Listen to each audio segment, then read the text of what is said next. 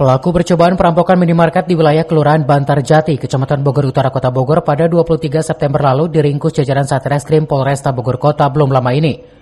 Pelaku berinisial AY 40 tahun ini diketahui merupakan kepala toko di minimarket yang sama yang berjarak 200 meter dengan minimarket sasarannya. Aksi pelaku yang dilakukan pada pukul 5 hingga pukul 6 pagi itu sempat terekam kamera pengawas toko. Pelaku terlihat masuk ke dalam toko dan langsung mengancam kasir dengan menodongkan senjata tajam. Sementara korban berteriak hingga mengundang warga sekitar dan pelaku yang panik lalu kabur sebelum menggasak minimarket tersebut.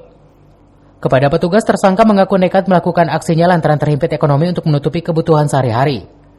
Penodongan ini terjadi di Bantarjati.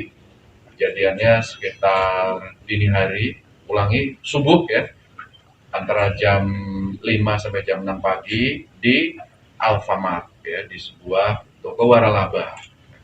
Nah, ini dari pelaku bekerja 200 meter dari lokasi tersebut.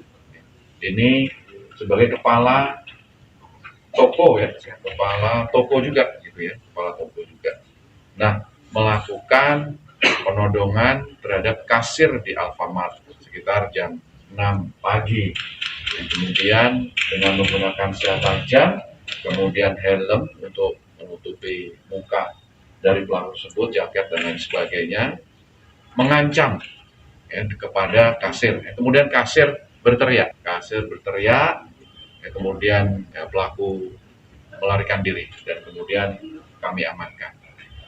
Kami jerat dari pelaku percobaan terhadap tindak pidana pencurian dan kekerasan, ya, pasal 53 junto 365 KUHP dengan ancaman hukuman 9 tahun penjara.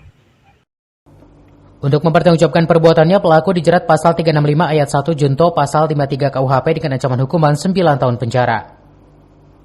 Dari Kota Bogor, Herman Bons melaporkan.